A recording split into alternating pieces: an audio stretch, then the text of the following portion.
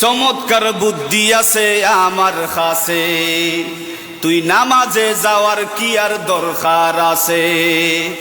আয় আমরা সকলে মিল্লা মোবাইল টিপাই, তুইও হইয়া হাজাবি শয়তানের ভাই। ঠিক না বে ঠিক?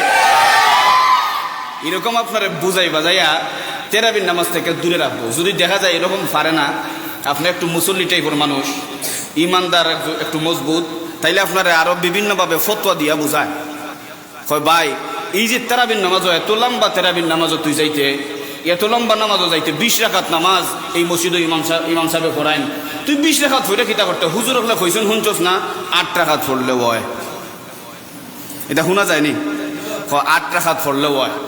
আচ্ছা ঠিক আছে, এখন মুসল্লি একটু বেড়া খাইছে, খাইয়া আচ্ছা ঠিক আছে, লম্বা নামাজ 20 রাকাত না পড়ে 8 রাকাত পড়েও আই মনে, এখন আবার করে দিয়ে ধরে, এই 8 রাকাত যে তুই পড়তে 20 রাকাত পড়ারও তো হাদিস আছে, তুই যে 20 রাকাত পড়তে না 8 রাকাত যে পড়ে আইতে, এটা কিটা অন্যায় হইতো না?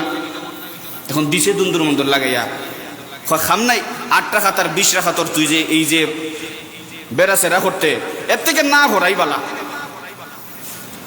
এরা এখন গরুর বৃত্তে নিয়ে রাখে, দ্বন্দ্ব লাগাইয়া বিভিন্নভাবে মানুষদেরকে কুমন্ত্রণা দিয়া এই তারাবির থেকে শয়তান আটকায়া রাখে।